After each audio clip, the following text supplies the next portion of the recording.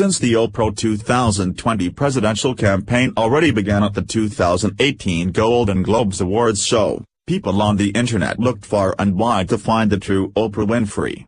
And luckily for all of us patriotic Americans who love our country, they have found it.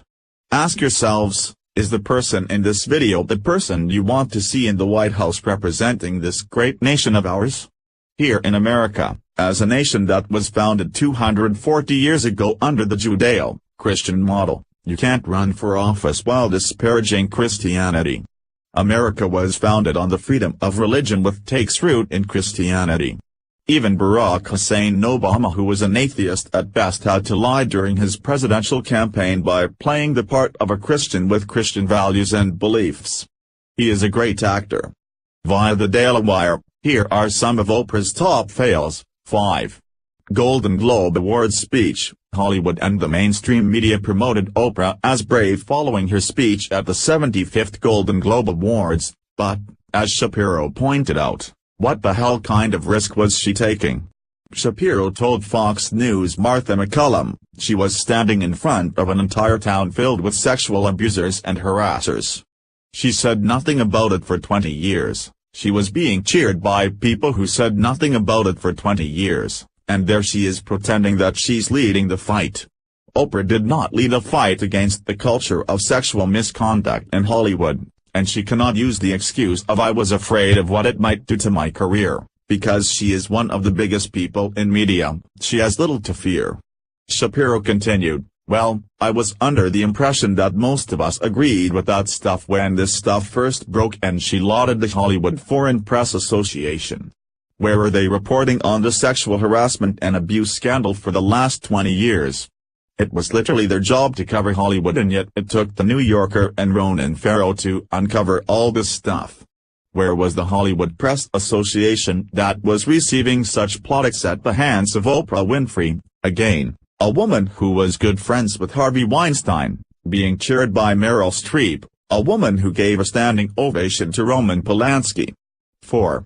Oprah suggests Americans are racist, even if they do not have ill will toward black people. In a 2013 interview with CNN's Anderson Cooper, Oprah Winfrey and Forrest Whitaker, stars in The Butler, strongly hinted that Americans were racist, even if they do not have any ill will toward the black community. Winfrey said, "People don't feel it's race because people don't call it race. A lot of people think if they think they're not using the N-word themselves, they physically aren't using the N-word themselves, and do not harbor ill will towards black people, that it's not racist. But to me, it's ridiculous to look at that case and not to think that race was involved." 3. Oprah gives platform to an Islamic scholar who says Islamic jihad is only a spiritual battle, not a holy war. Varun Soni, the dean of religious life at the University of Southern California, appeared on Winfrey's Belief series, where she explained that all of the horrifying acts of violence committed in the name of Islam were all just a great big misunderstanding of a core Islamic belief. One of the most misunderstood concepts of Islam is jihad, which many people interpret as a holy war, Soni said. But there is nothing holy about war. What jihad actually represents is an internal struggle, the battle that is raging in our own heart. And all of our religious traditions talk about that internal struggle. In that respect, jihad is not just a Muslim idea, but it's a reality of the human condition. Denying that holy war with infidels is a key teaching of Islam is disingenuous. In the Quran, Muhammad speaks of jihad, or holy war, repeatedly. Though the concept of greater jihad, internal spiritual battle against sin, has been a part of Islamic teaching since at least the 11th century, the word jihad is most often used in canonical writings to refer to armed conflict. 2. Oprah makes absolutely not true racism allegations against a store clerk in Europe. Winfrey, the most powerful woman in the world, accused the clerk at a small store in Europe of being racist towards her, but refused to offer any identifying information of the alleged incident. Eventually, the store and the clerk were discovered, and they said Winfrey was a liar. "This is not true. This is absurd. I would never say something like that to a customer. Really, never. Good manners and politeness are the alpha and the omega in this business. the woman told Sonntag's Blick. "It is absolutely not true that I declined to show her the bag on racist grounds. I even asked her if she wanted to look at the bag," the woman said. "I didn't hurt anyone. I don't know why someone as great as her must cannibalize me on TV.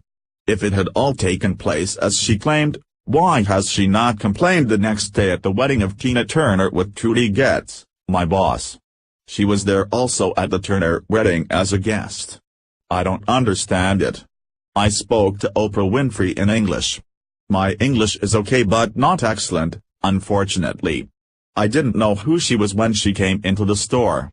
That wouldn't have made any difference if I had." Winfrey tried to get out of the incident, which could have ruined that poor girl's life, by giving a bogus apology in which she did not actually apologize for her actions, but apologized for the story getting blown up, for which she, of course, was responsible. 1. Oprah says older generations just have to die to solve the problem of racism. In a 2013 interview with the BBC, Winfrey said that entire generations just have to die to cure the problem of racism. After Winfrey told the BBC's Will Gompertz that she thought that racism has gotten better, Gompertz asked Winfrey if she thought the problem was solved. Winfrey responded, "Of course problem is not solved. You know, as long as people can be judged by the color of their skin, problem's not solved. As long as there are people who still, there's a whole generation, I say this, you know, I said this, you know, for apartheid South Africa, I said this for my own, you know, community in the South, there are still generations of people, older people, who were born and bred and marinated in it, in that prejudice and racism, and they just have to die." Oprah Winfrey and sexual deviant Harvey Weinstein with unknown actress not Katie Noble. Fake new media giant CNN already went as far as to cite 2 of Oprah's close friends who have spoken on the condition of anonymity. At least one of them has confirmed that Winfrey has made no concrete decision but was seriously considering the run. Can you all imagine what an Oprah presidency would be like? She would open our doors wide for any reject from the third world who thinks it's their right to come to the U.S. and take advantage of our generosity.